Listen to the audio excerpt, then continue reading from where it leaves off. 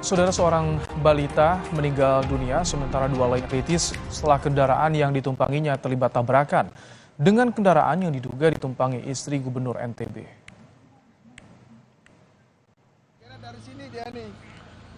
Warga menyebut mobil yang diduga ditumpangi istri Gubernur NTB itu melaju kencang saat melintasi jalan Desa Lebulia, Kecamatan Jonggat. Tak lama berselang, mobil menabrak sepeda motor yang ditumpangi ketiga korban hingga korban terpental. Ketiga korban sempat dibawa ke puskesmas terdekat, namun nyawa satu korban yang balita tak tertolong.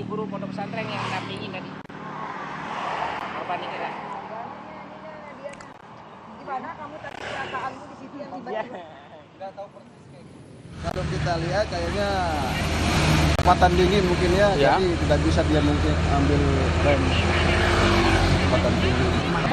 Diseret sama 5 meteran, 10 meteran sampai 10 meteran. Ya.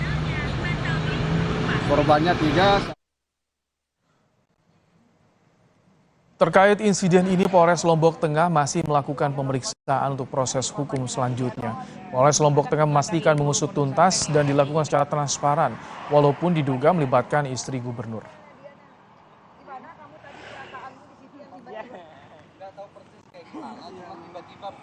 Kurang tepat ya, karena beliau sebagai penumpang begitu. Ini prosesnya masih tahap penyelidikan, jadi kita mengumpulkan saksi-saksi dan semua yang terlibat untuk pengemudi kendaraan roda 4 dan juga penumpang sudah kita mintai keterangan.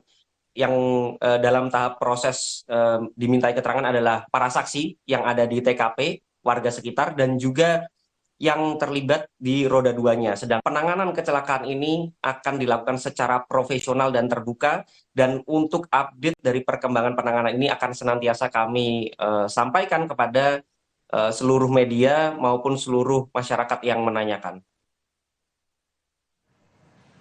Informasi